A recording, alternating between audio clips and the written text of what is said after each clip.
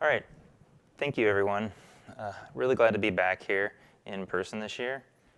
My talk that I'm going to give is a kind of a follow-up to what I gave on the virtual conference last year. Last year I talked about setting up this development environment, and now this year I'm going to go through and talk about the small hobby operating system that I built in that development environment. So my name is Zak Kohler. My handle is Y2KBugger. I'm a chemical engineer, but it seems every job I go to, I end up doing programming. And so I've actually transitioned my role from a materials engineer to a full-time software development. Some of my relevant interests to this talk are programming, electronics, and retrocomputing. And some of the things that are completely irrelevant to what you're about to experience, I like to run. I'm interested in punk rock, and I do cheese making. Real wheels. So today we're going to talk about why am I motivated to even look into this, why write another operating system. It's never going to be something big and professional like Linux. Then I'm going to explain like a 5-minute version of my talk from last year, covering the bare metal RISC-V Renode environment. Then I'll give a brief overview of kind of history of operating systems or like what their purpose is, why do we have them. And then I'm going to talk about the particulars of my Kohler OS. That's my operating system. I didn't name it after myself because of vanity. I just saw a really good opportunity to call it Chaos. So this kind of separated into the early startup. So when you hit reset and you pull that electrical pin high on the CPU, what happens when you first start? What is the first instruction to go through that CPU, and how do we get to the shell? And then once you have the shell, you need to load other programs. And I'll just talk about the multitasking and the process lifecycle. And then finally, I'll wrap up with system calls. You'll note that some jobs of operating systems are missing from this, and that's because I've intentionally kept it very simple. And of course, I'm going to build on that later. So the whole purpose of this talk is I wanted to learn from a toy operating system and explore that line between hardware and software.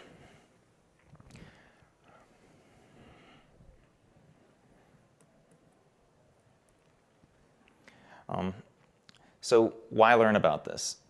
Computer science is really based on abstraction. All these simple interfaces allow you to create complex systems. When you send a text message, you're probably going through 100 layers on multiple devices and all through the routers and the internet. But you don't think about that, and you don't have to know that to write the application that sends the text. And when you're sending the text, you really don't have to think about it, and this is a very, very good thing. But sometimes it's good to peek under the hood. And so you have a whole set of layers just in a single device, and now we have networks of networks. But for one computer, you have silicon at the bottom and a bunch of different abstraction layers before you even get to software. And at that interface between software and hardware, you have the CPU architecture and then the compilers that create binary code for that architecture. So last year I kind of talked about the CPU and instruction set, and so this year I'm going to talk about the operating system.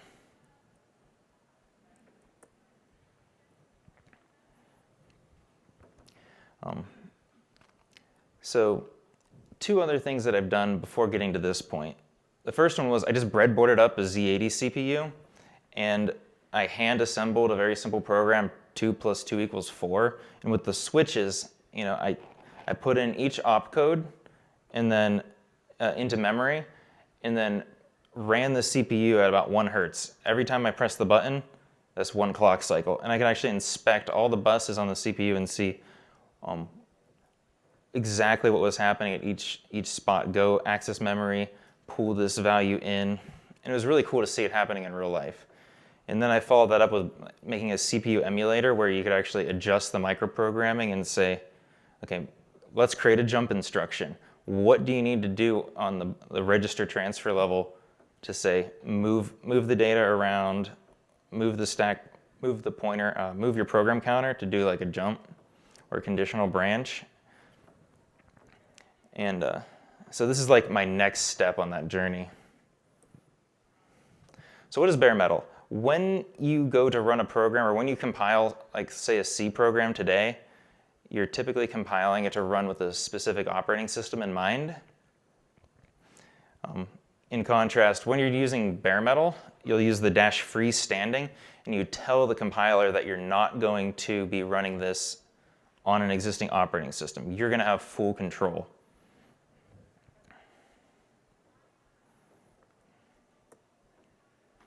So why would you not want to run it on an operating system? Well, maybe you're writing an operating system. So I think if any of you have seen the dash freestanding argument, it's typically you've been compiling the kernel on the command line, or you looked into the build scripts.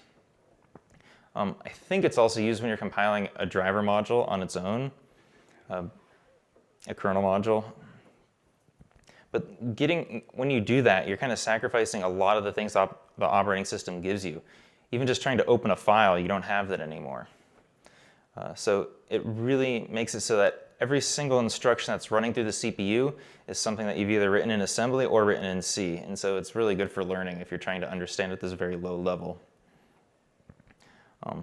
Sometimes there's like a little in-between layer where you need a lot of control over the hardware, but you don't want to schedule processes yourself, and you'll see why in a minute. You'll go grab like someone else's real-time operating system, and it'll give you some of those utilities, specifically maybe the multitasking or some event-based architecture. And I did this in RISC-V, so I figured I'd give it a little bit of a shout out. RISC-V is an open source instruction set. It's been around for a little while, but it's really been gaining traction recently.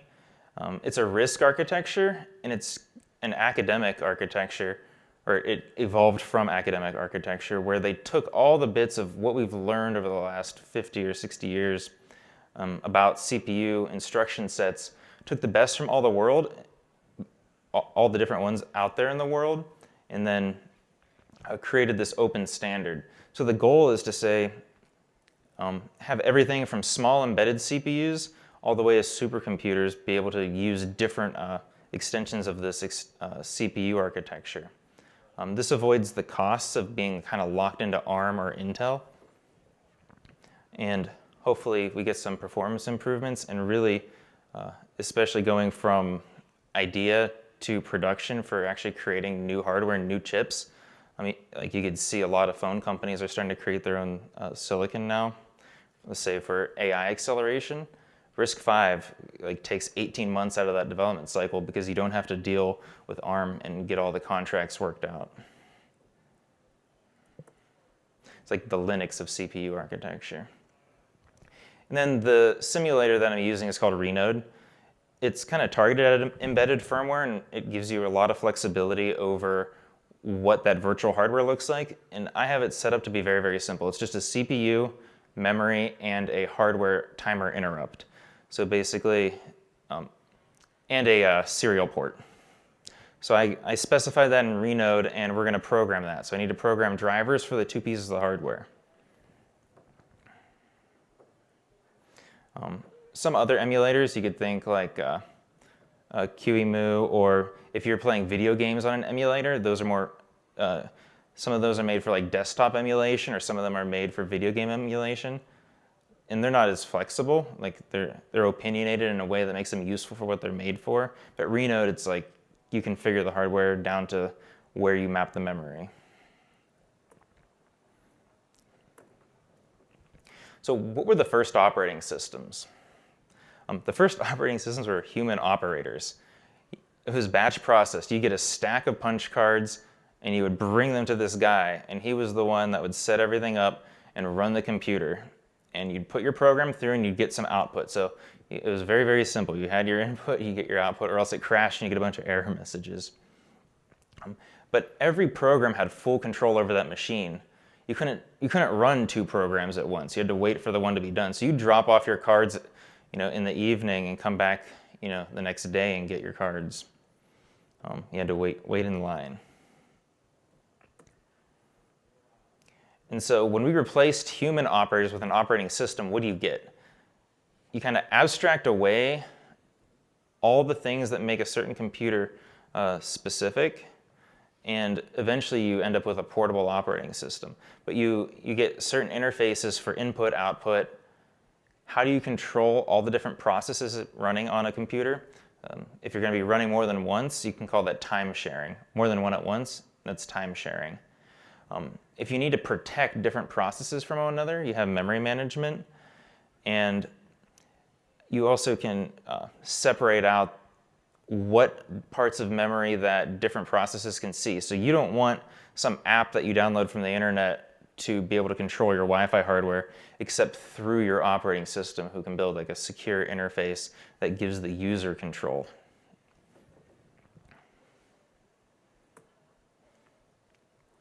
So just one note about time sharing. So let's say you were going to try to have a human operating system swap out those like punch cards. You'd have to be doing it 1,000 times a second, and you would never be able to do anything. So think of it, if you had to have input to your program, you'd have to have someone stand there and change the flow of the program as the computer's running, and that's not something that you would really want to do. Okay, so what am I going to cover in my chaos operating system? I scratch out everything except the time sharing aspect. RISC-V supports all of this, all the rest of this, but my operating system just doesn't implement it, and that's to keep the code clean and simple, and I just haven't got there yet. Like, I would love to write a file system and then be able to load programs off of a persistence method. But right now, everything is statically allocated in the memory, and all the programs are written in the same program language as the operating system itself. It's kind of homogeneous. So when you first boot up the operating system, you get what's called like a monitor or a shell, depending on how you think about it. If you're into like retro computers, they always call it a monitor, and maybe you're going to peek and poke at memory or load in a program from a hex dump. Or if you're thinking more of like modern Linux, you have a shell. It's the thing that talks to the operating system when you say, I want to launch a program. The shell goes and does all of that and interacts with the operating system for you. So basically, it's the first layer on the kernel. In mine in particular, lists out all the programs and allows really, really basic job control. Like if you know Bash, you can put a program, you can stop a program, put the job into the background, or kill it with Control-C. Mine's like a very basic implementation of that.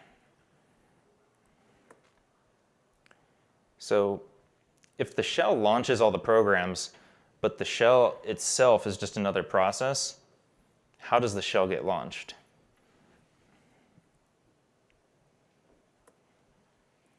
Okay, so we're going to rapidly get more and more technical here.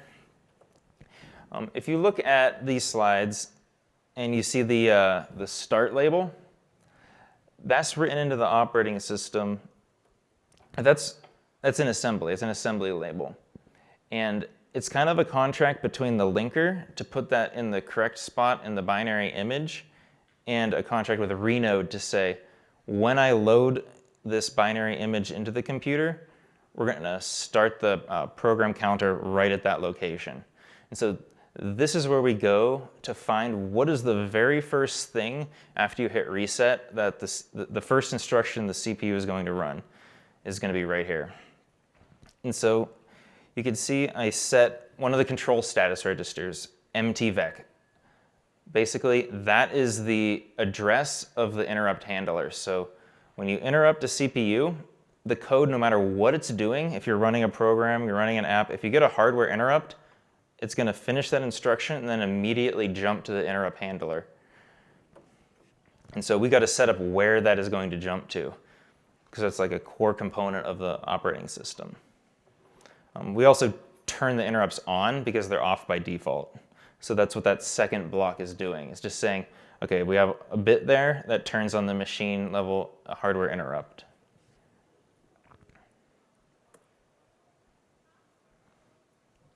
So after you set up the interrupt and turn them on, we got to set up a stack pointer. So if you're just writing an assembly, you don't have to have a stack. You could write it without it.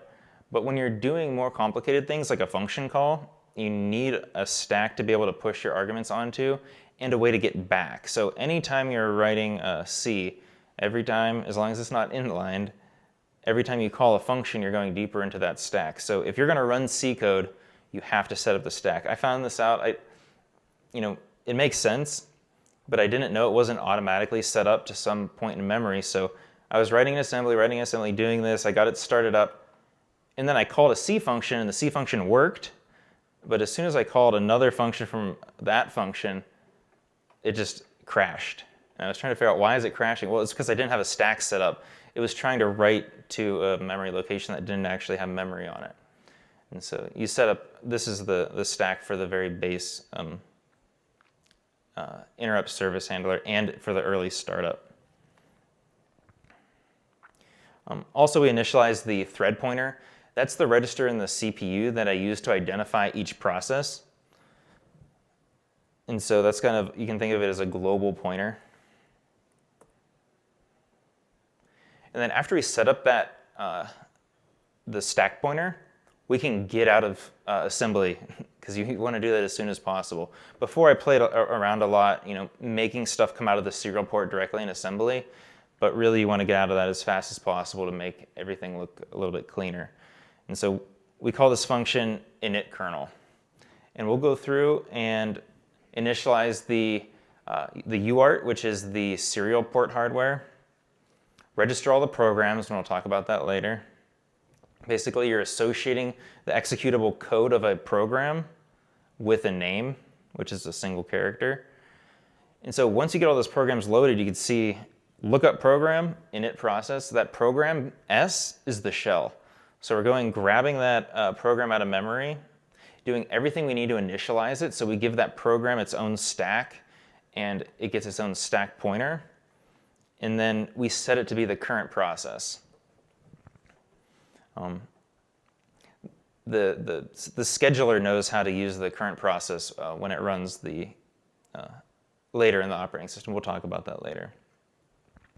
And then we initialize the hardware timer. So what that does is we tell it how many milliseconds between actuations, and then every so often it'll throw a hardware interrupt and it'll automatically jump. So that's the last thing we want to do, because if we do it too early, it'll start interrupting our early startup. We don't want that to happen. And that final bit where it says eCall, that just forces an interrupt immediately. It's a software interrupt instead of a hardware interrupt, but what it's going to do is immediately jump to the interrupt handler. And so once we get through all of that, we jump to the interrupt handler. The scheduler takes over, sees that current program, and will do everything that it needs to do to jump and start the shell. And so now we're presented with this, and we have a couple programs that we can run, and we have a couple of these job control built-ins.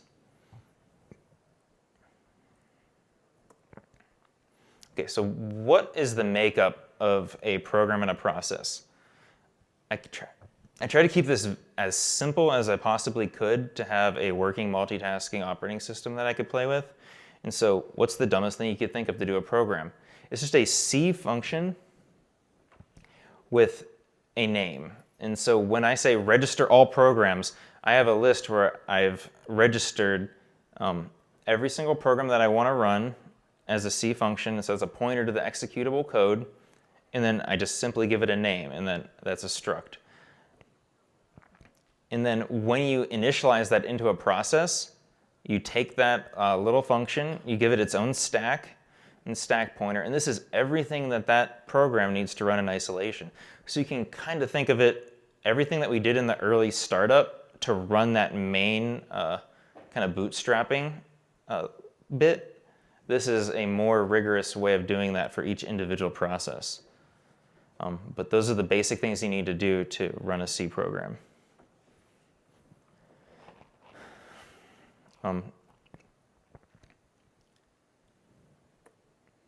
Yeah, so let's talk about the life cycle of one of these processes. And so you start with the C function. It could be any C function. There's a couple of things you need to do to terminate it within the operating system, kind of a standard. But when you go to register that C function, you give it a name. So we'll take hello world, and then we'll register it with H. And so now that C function has become a program. Then when we go to call initialize a process, so say from the shell, we take that program and we initialize it with that process. So again, we give it a stack and we give it that stack pointer, and we initialize the stack with the data that we need to be able to go through the context switch. And then once you tell it, when it's done being initialized, you get a process that's ready to run. It's not running yet, because when you're initializing it, you're running in the shell. So you're basically setting up the process, saying it's ready, and putting it on a shelf. And then the next time one of those hardware interrupts comes along, then the scheduler will say, okay, let's stop the process we're running and see if there's any other processes that are ready to run. And if there are, it'll make that the currently running process. And so in a round robin fashion, if you have 4 different programs or 4 different processes that are waiting to run, it'll run them one at a time, each getting a different slice of time. If the program terminates normally, it becomes a dead process. If you kill it, it becomes a dead process.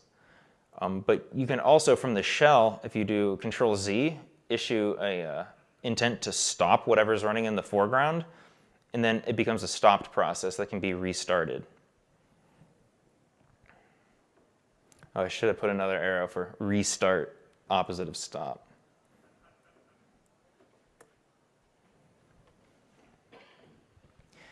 Okay, so I'll give you a quick demo. I just want to launch one program from the shell.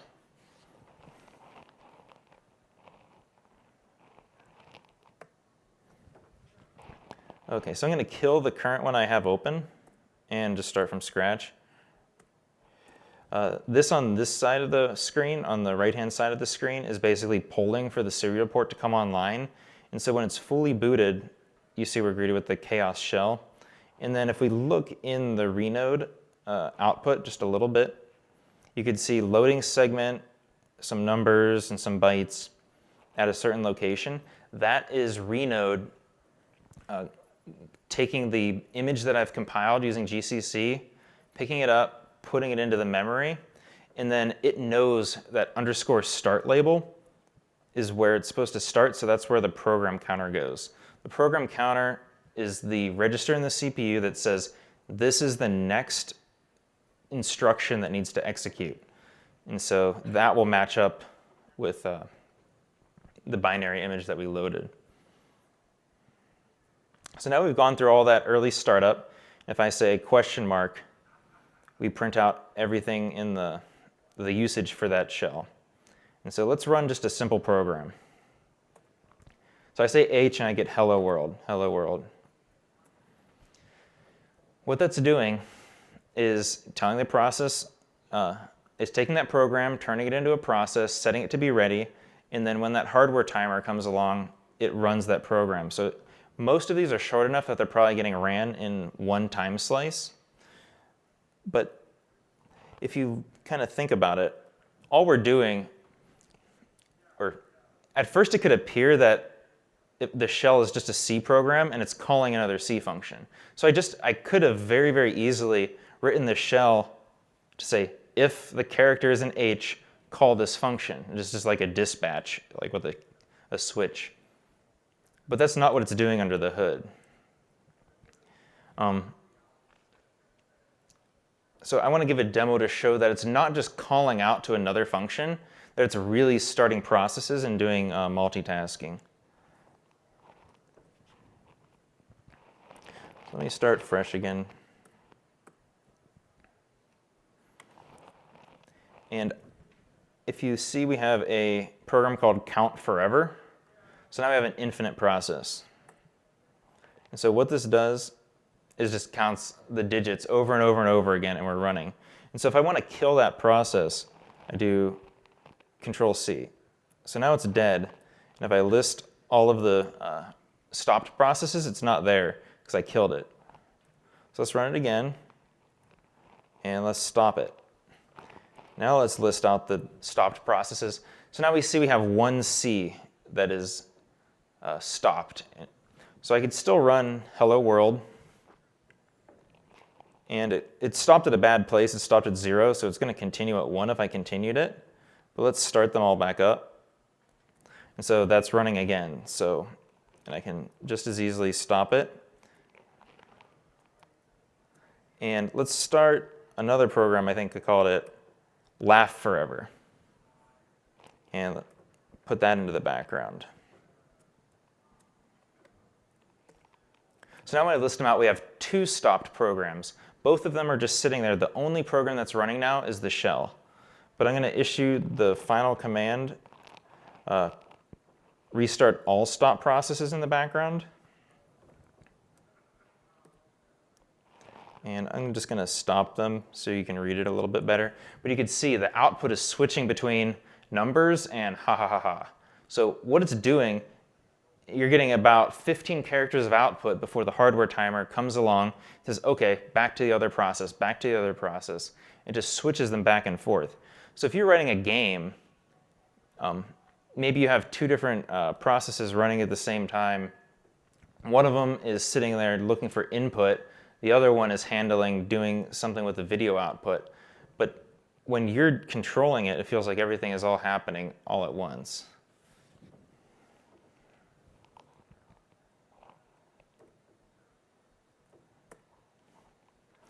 So I guess the key to the whole multitasking thing is the thing called the context switch.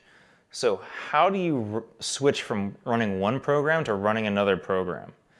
You're used to, I mean, all your devices work this way, but it's kind of an unnatural thing when you actually look at the code for it. It's really interesting because it's something that can't be written in C. It's kind of outside of the spec. If you tried to write it, you would fail, unless you put inline assembly, and then you're not writing it in C anymore. It's CPU architecture dependent. So if you're running on ARM, you have to do the context switch one way. If you're running on x86, you do it a different way. And the way I implemented it was on RISC-V. So you'll see the RISC-V assembly for this. And then, as I've said, it's triggered by that hardware interrupt. Every time that timer comes along, we go and we switch between any of the available processes. And so the stages to the context switch. So let's say you have that laugh forever running. It's just going ha, ha, ha, ha. When that hardware timer kicks in, it's going to immediately jump to that interrupt handler, and then assembly code will go and back up every register in the CPU, saying, okay, maybe X1 has a value of 400. It'll take that, put it on the stack. And so everything that the CPU needs to be running at that moment, it'll back it up into memory onto the stack for that process. Then it takes the other program, so let's say the count forever, it switches that to the current process using the scheduler, and then restores all of the registers backwards from the stack. And then at the very last moment, it switches the program counter, which remember that is what is the next thing to execute. It'll switch that to exactly where the count forever was, where it left off. And so I'm going to show the code here. I'm not going to go over every detail of it, hopefully. Hopefully for you. But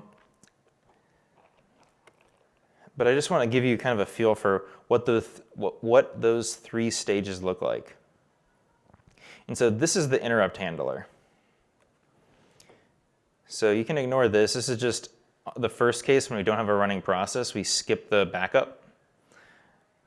But you can see in the store process, we allocate all the space on the stack, store all the CPU registers that we need to onto that stack, back up the old program counter. So the program you just interrupted, the CPU backs up that the program counter that you just interrupted. It backs it up in a register called MEPC when it calls the interrupt. And so we have to back it up ourselves a second time, or else it's just going to jump back to the same spot. And so we back up what the CPU has saved for us into that final location on the stack. And now we have our stack pointer. for that count forever process. So we take the process that had just been interrupted, take what its stack pointer was, and store it in that process struct.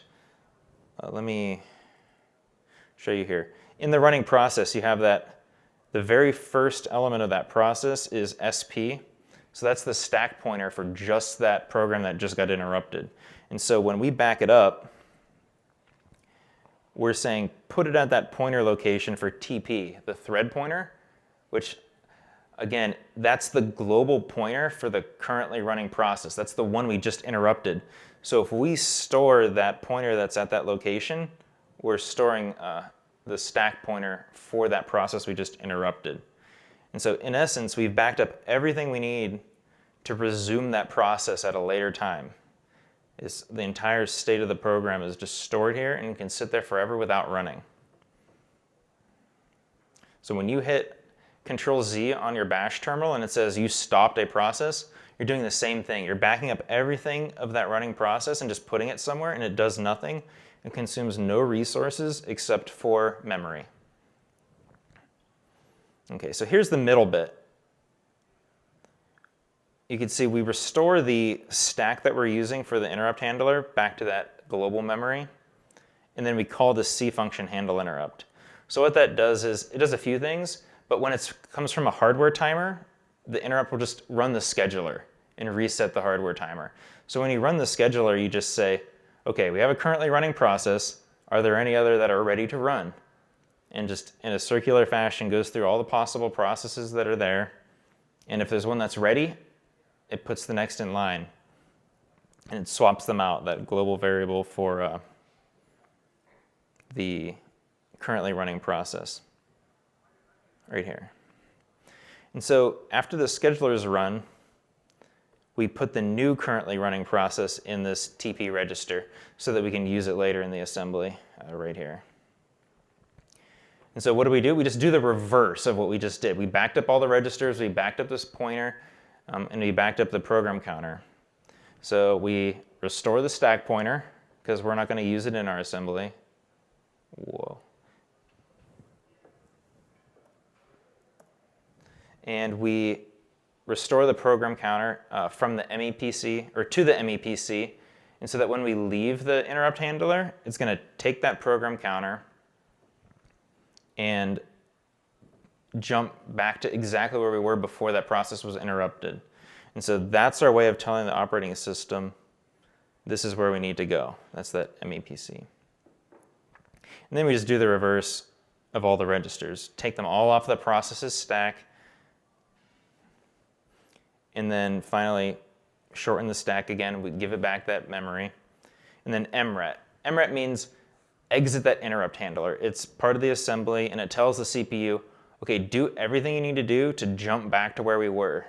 Namely, the most important is swap out the program counter for that MEPC, the machine exception program counter. And so this is how we leave. It's kind of, you can think of it as the opposite of eCall.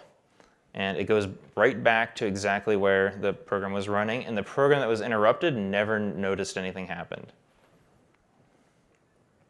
So when people say context switches are costly, this is what they mean.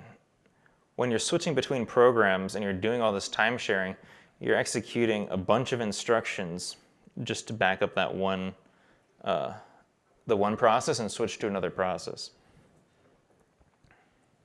In the grand scheme, it might not be that, it's not that much overhead anymore. So what are system calls? Software interrupts or eCall, they're all the same thing. It's how a program can talk to the operating system without, it's basically asking it to do something for it. And so let's say you're in an operating system that actually has user privilege modes enabled.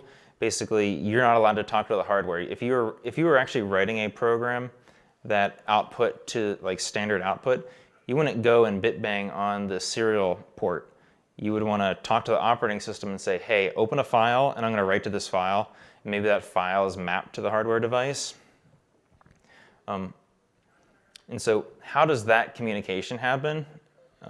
That's through software interrupts. So I have a basic implementation, and it's kind of experimental right now. I'm kind of getting the feel for how all of this works. And so half of this I'll show my code, and then the other half I'll show what a real standard library implementation looks like. So my normal hello world program, you just print the string and then terminate the process. The hello eCall world, I think I have that designated as E when I register it. We print hello, load the integer 5 into the A7 register, and then we call eCall. So basically, at that point in the program, control jumps from our user space program, this hello eCall world, it jumps into that interrupt handler again.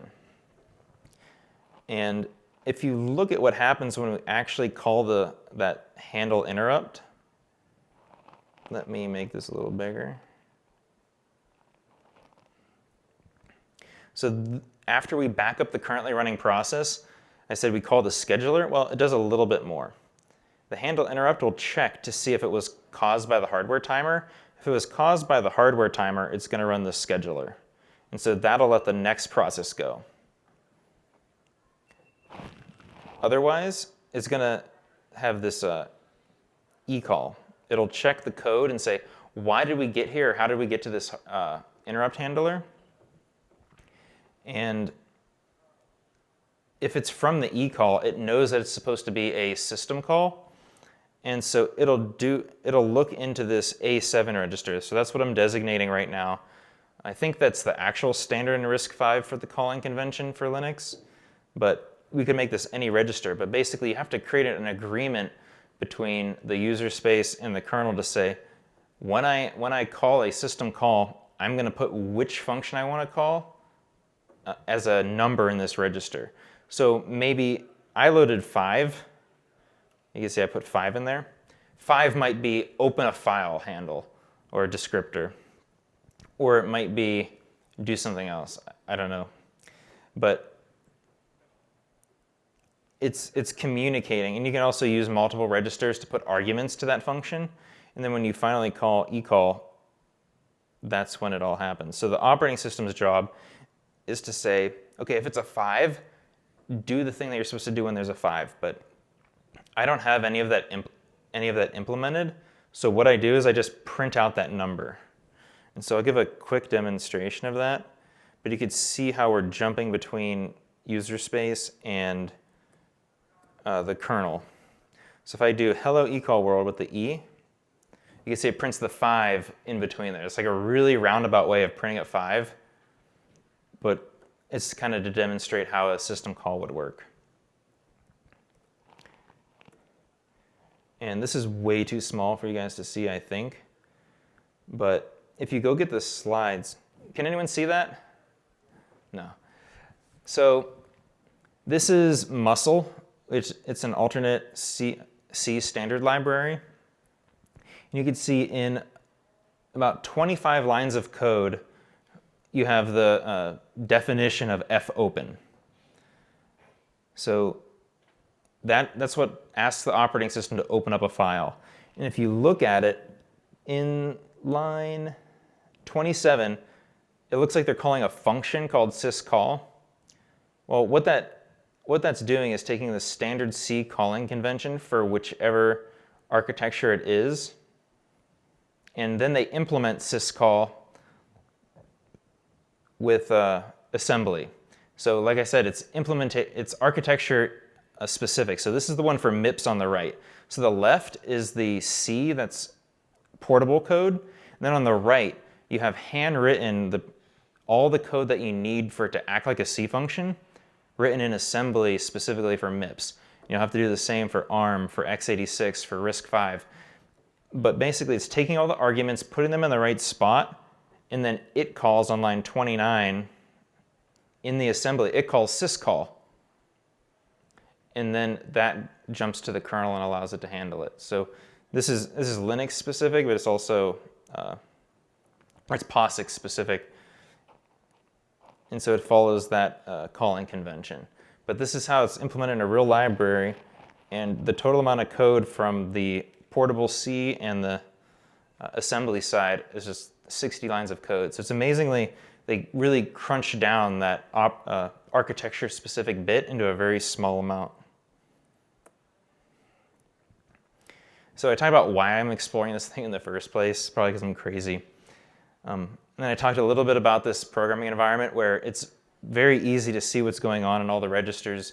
If you look at my previous talk, you can actually debug in and see each CPU register paused at any point and step through all the assembly code. And that allows you to really get a feel for what is happening at each step. I talked about why do we have operating systems, because we couldn't live without them. And then we went through my basic chaos operating system from startup to how to make a system call. The real key bit to take away from this is just remember, you may have 4 cores. And so you think, okay, I have multiple cores, I have 2 things running at once, but you have hundreds of things running on your computer if you're running Windows, or like dozens if you're running Linux. And they're all running in time slices, and they all could run on one CPU. This is the fundamental time sharing idea. And all of that happens with a context switch. The programs don't know that they're being swapped out, and it's all done from right underneath them using assembly or machine code.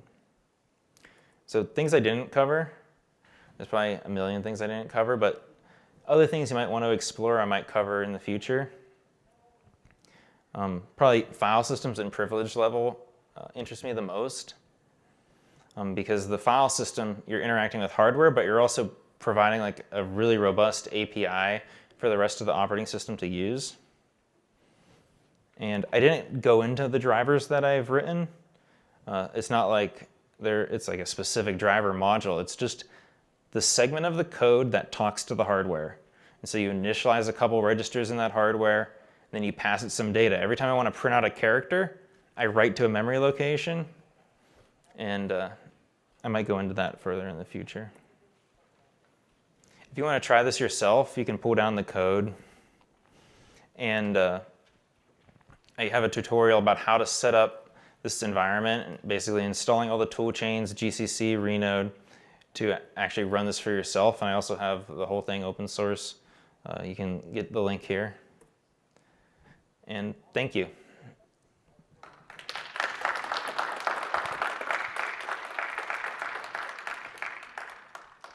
Does anyone have any question?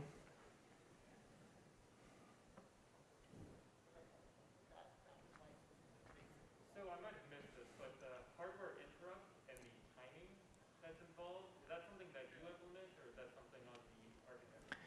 So it could be implemented in real hardware, but the way I've implemented it is in Renode. So it's a good thing to dig into. It's part of the simulated hardware. So when I simulate the hardware, I specify everything I'm going to run in these 2 files. So this is the whole hardware spec right here. So we have a system bus, which is how all the different pieces communicate to one another. We have a CPU that attaches to that bus. And then we have the memory. And then we have 2 pieces of hardware. We have a hardware timer and the UART, which is the serial port. And so both of these are implemented in, I think, somewhere between some amount of C++ and C#. I know for a fact the LiteX UART is written in C#, as well as Renode is written in C#, but it's not a transistor level emulation. It's really like high level. So it's hardware emulation.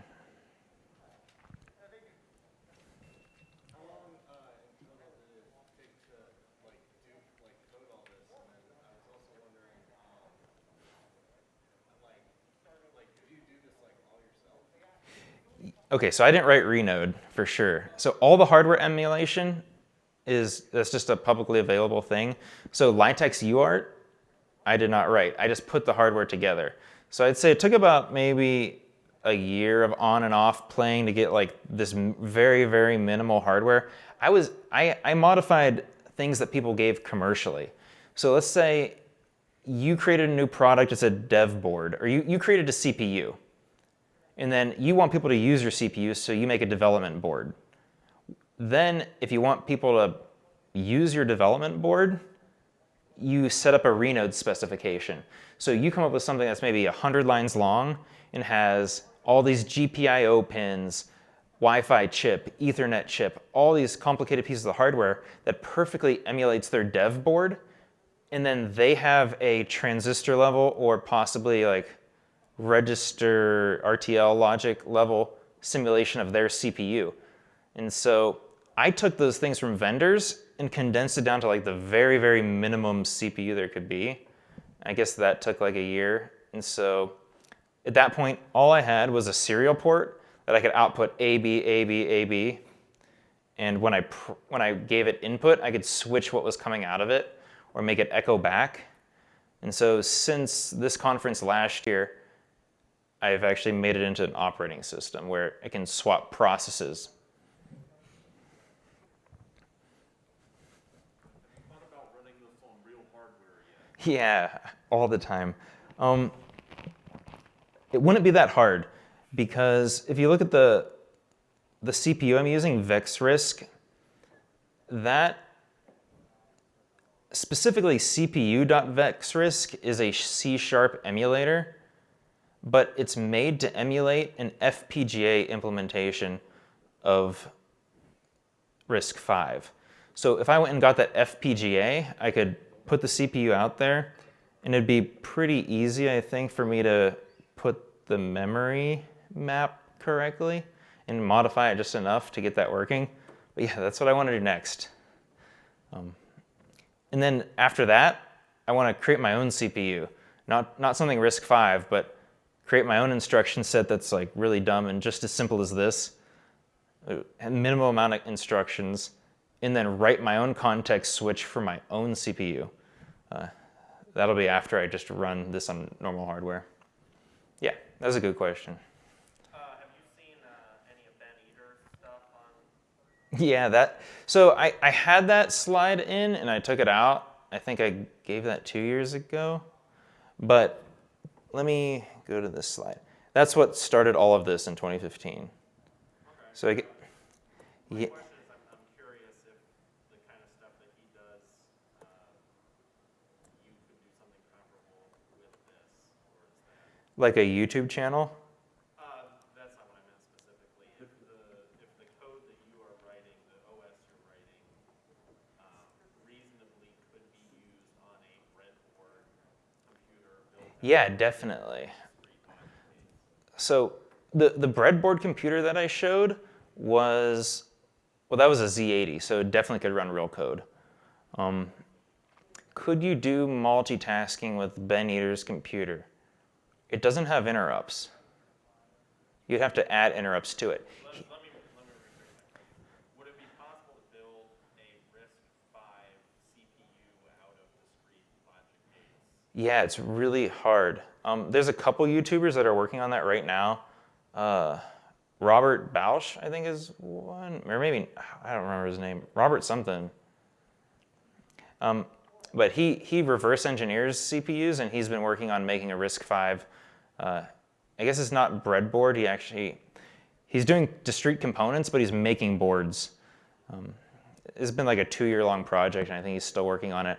But you could definitely make I mean, people have made TTL computers, which is basically like a dual inline pin. So when you think of like a computer chip, they've built it out of that, and it's just like 4 or 5 big boards.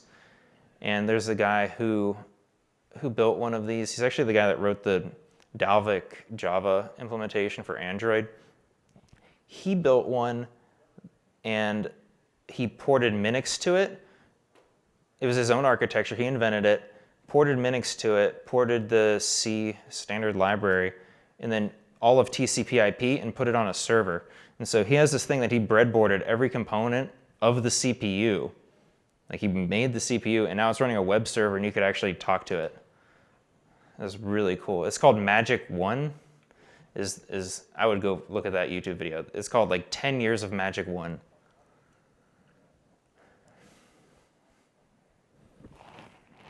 Any other questions? We got 8 minutes.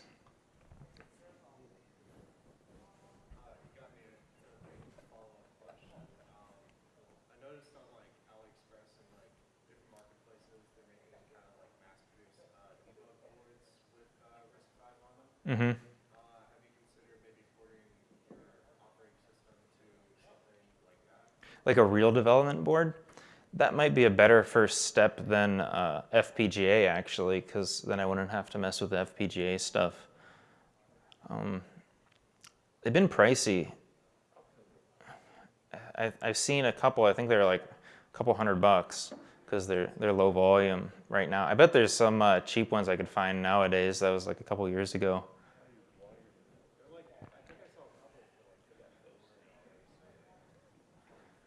That's cool. I'll have to look into that. Do I see a hand there? It's hard to tell with the light. All right. If there's no other questions, thank you so much. Go first.